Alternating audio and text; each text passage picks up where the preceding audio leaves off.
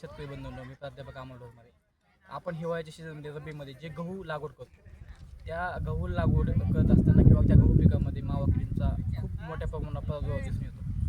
मग तो येऊ नये किंवा एक एकात्मिक कीड व्यवस्थापनाची पद्धत आहे सापळा पीक म्हणून. सापळा पीक म्हणजे जे की मेन पिकाला किंवा मुख्य पिकाला धोका न होता बाजूचे जे बॉर्डर पीक आहे, बॉर्डरवर लावलेले 4 ओळी जे आहेत, त्याच्यामुळं जो येणारा मावा आहे तो पूर्णपणे त्या बॉर्डर पिकावर 4 ओळी जर लावल्या आपण गव्हाच्या बाजूने, मग ते बॉर्डर पिकं कोणते आहेत गव्हामध्ये, तर त्यातील एक पीक आहे म्हणजे मोहरी, दुसरं आहे मका आणि तिसरं पीक आहे ज्वारी. तर ह्या आपण 4 ओळी गहू पिकाच्या बाजूने जर लावल्या सभोवताली, तर त्यात मावा किडीचा प्रादुर्भाव गव्हामध्ये कमी होतो आणि मग तो प्रादुर्भाव होणार आहे तो त्या ओळीवर होतो.